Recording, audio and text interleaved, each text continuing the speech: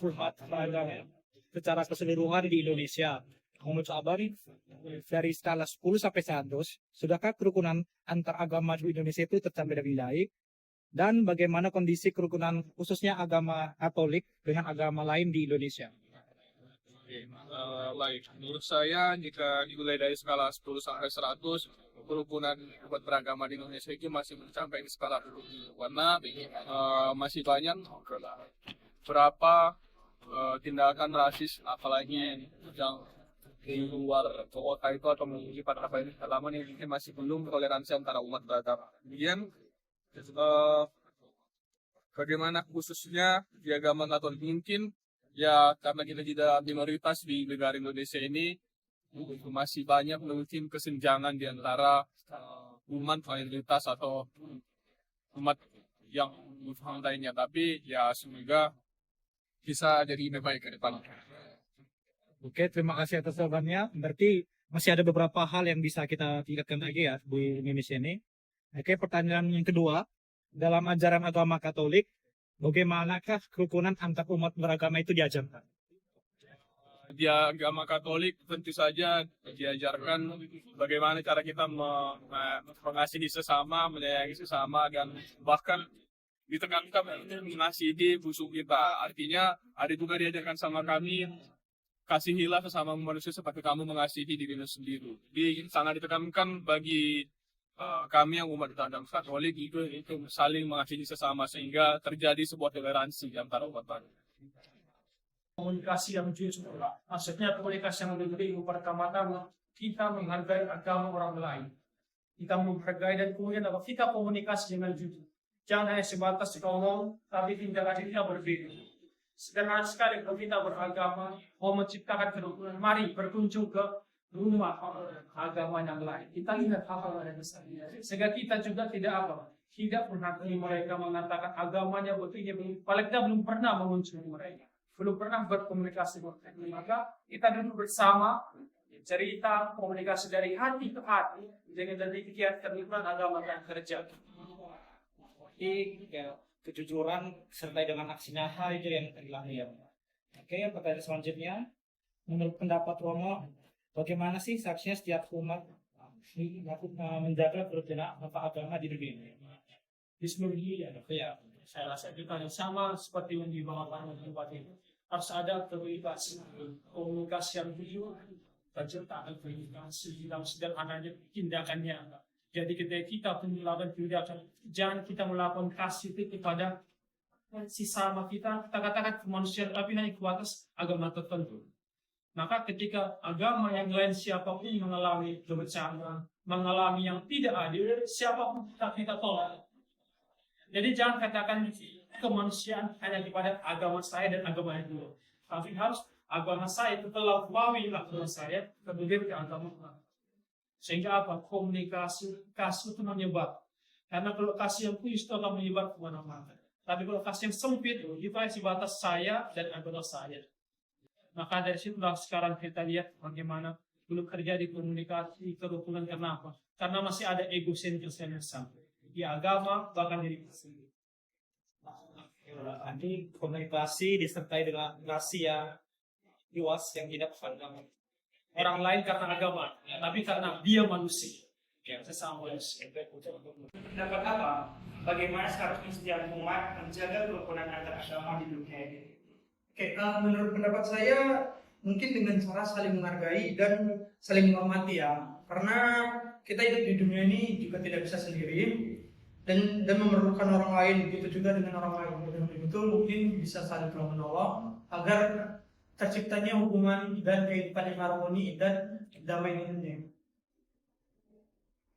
Oke. Menurut pendapat Abang tadi, bagaimana seharusnya dan peran pemerintah untuk menciptakan kerukunan beragama bagi seluruh warga negara? Oke, menurut pendapat saya mungkin peran pemerintah bisa membuat acara seperti seminar atau mediasi melalui media sosial yang menyebarkan pengetahuan tentang agama, agar ilmu pengetahuan agama ini dapat disampaikan ke semua masyarakat Indonesia yang beragama. Nah, dari yang kita tahu juga untuk sekarang itu kita tahu ada namanya itu FKUB, gimana itu Forum Kerukunan Umat Beragama, dan mereka itu, saya pernah mengikuti kegiatan itu 2 kali ya.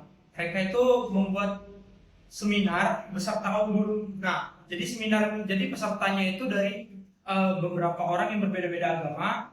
Ada yang dari anak pelayanan seperti anak pelayanan gereja, Will, atau juga di agama lainnya. Nah, mereka undang beberapa orang yang berbeda dengan agama yang berbeda. Nah, itu tuh mereka dikumpulkan suatu tempat di jam 7 pagi itu sampai jam 12 mereka melakukan seminar. Ini mana untuk memberikan pengetahuan tentang agama, toleransi, bagaimana saling menghormati dan menjaga kerukunan antar umat beragama. Nah, itu dari pagi sampai jam 12 mereka melakukan seminar. Nah, setelah itu ada jam makan siang. Setelah jam makan siang, dari jam 1 sampai sore itu mereka melakukan ombun atau kegiatan bermain bersama, yang dimana kami itu harus membentuk kelompok dengan berbeda-beda agama. Nah, dimana itu untuk melatih persatuan dan kesatuan kami yang diantara berbeda-beda agama itu. Nah, itu menurut pendapat saya mungkin itu juga salah satu peran dari pemerintah atau mungkin dari organisasi FKUB. Ya, Pak. Ya, mohon izin, saya Pendeta Butar. Saya dari Gereja Pentakosta Indonesia. Oke, Pak. Terima kasih, Pak, untuk perkenalannya. Mungkin langsung ke pertanyaan pertama. Iya. Bagaimana pendapat Bapak mengenai kerukunan umat beragama secara keseluruhan Indonesia? Menurut pendapat Bapak, dari skala 10 sampai 100, sudahkah kerukunan antar agama di Indonesia tercapai dengan baik? Dan bagaimana kondisi kerukunan khususnya agama Kristen dengan agama lain di Indonesia? Iya.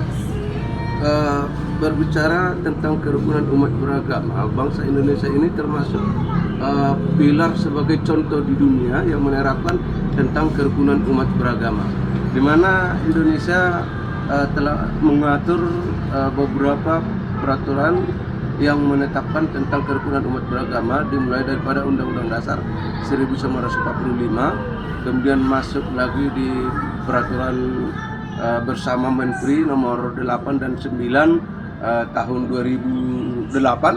Demikian juga peraturan pemerintah Perpres nomor 58 tahun 2023 tentang moderasi umat beragama.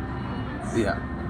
Terus kalau disampaikan skala, kalau menurut saya skala kerukunan umat penerapan kerukunan umat beragama di Indonesia ini boleh saya sampaikan dari 10 atau dari 0 sampai 100 itu dengan nilai 90. Kenapa tidak tercapai 100? Karena masih ada berbagai konflik kecil di beberapa wilayah. Dan hal ini bukan berarti konflik yang tidak bisa diredam oleh pemerintah, karena dalam Perpres nomor 58 itu bahwa pemerintah itu mendelegasikan ke pemerintah daerah untuk memberdayakan KUHB ya, kerukunan umat beragama di wilayah, sehingga forum komunikasi kerukunan umat beragama, sehingga mereka itu selalu duduk bersama dalam menyelesaikan suatu konflik di suatu wilayah tentang kerukunan umat beragama. Ya, demikian mungkin yang bisa saya sampaikan. Yang intinya sebenarnya bahwa penerapan kerukunan umat beragama di Indonesia ini sangat tercapai sampai dengan saat ini. Meskipun ada konflik kecil, tetapi itu dapat diselesaikan oleh pemerintah, tidak mencapai konflik yang melebar, meluas seperti belakangan terjadi di Poso tahun 2028.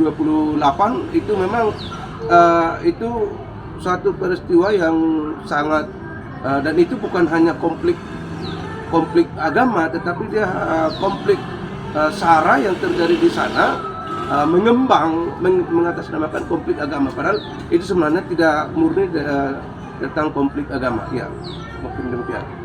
Oke, Pak, terima kasih atas jawabannya. Untuk pertanyaan selanjutnya, dalam ajaran agama Kristen, bagaimana sih kerukunan antar umat beragama itu diajarkan?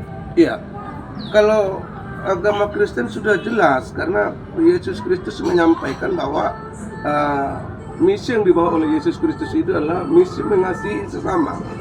Yesus Kristus berfirman bahwa kasihilah musuhmu dan berdoalah bagi mereka yang menganiaya engkau. Artinya mengasihi itu adalah multikultural, sesama manusia. Karena umat manusia ini adalah ciptaan Allah semua. Nah, jadi kekristenan mengajarkan untuk mengasihi sesama, memegang teguh kerukunan umat beragama. Itu yang diajarkan oleh kekristenan. Kasihilah sesamamu, kasihilah musuhmu. Jadi tidak ada konflik di kekristenan. Iya. Oke Pak, untuk pertanyaan yang terakhir ya. Iya. Bagaimana nih cara menciptakan suasana kehidupan beragama yang harmonis di lingkungan masyarakat yang berbeda-beda atau heterogen seperti yang ada di Indonesia? Iya. Kerukunan umat beragama itu adalah hubungan sesama umat beragama yang dilandasi toleransi, saling pengertian, saling menghormati, saling menghargai kesetaraan dalam pengalaman ajaran agamanya.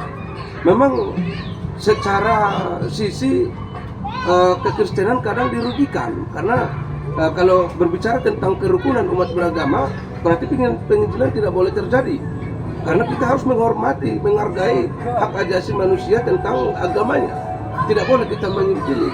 Tetapi itu kekristenan bisa melakukan dengan mengajarkan kasih kepada sesama. Itu termasuk adalah wujud tentang menerapkan kerukunan umat beragama itu, yaitu kita masuk atau merajut kehidupan sosial adat istiadat, duduk bersama dalam menyelesaikan suatu persoalan. Artinya kekristenan harus bergabung dengan di wilayah manapun secara heterogen. Kita harus bisa berbaur dengan mereka untuk berjalan bersama-sama dalam menerapkan kehidupan sosial sehingga kerukunan umat beragama itu dapat terlaksana dengan baik. Tidak ada konflik. Artinya kita bukan hanya kita dirajut dalam kehidupan sosial. Itu dia, dalam kebersamaan menjalani kehidupan. Itulah dia.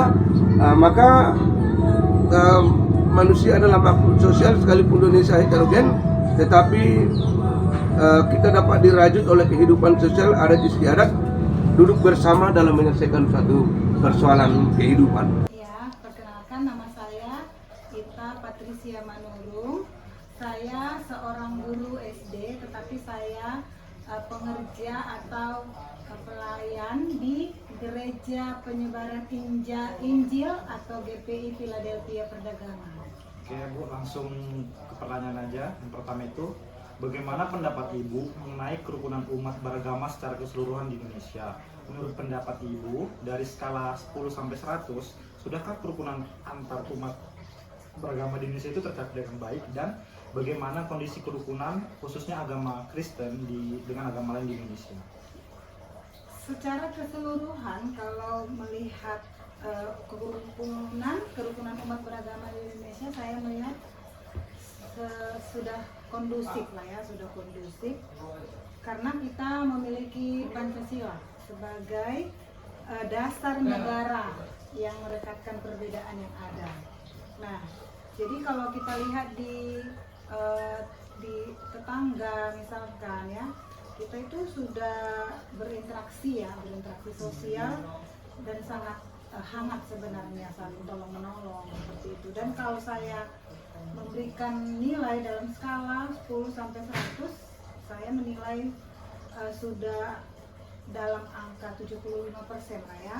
Karena apa? Angka ini menunjukkan bahwa memang mayoritas masyarakat sudah sadar akan arti toleransi ya.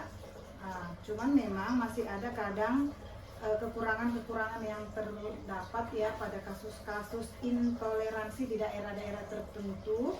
Misalkan kesulitan dalam memperoleh perizinan untuk membangun rumah ibadah yang sering dialami oleh umat Kristen.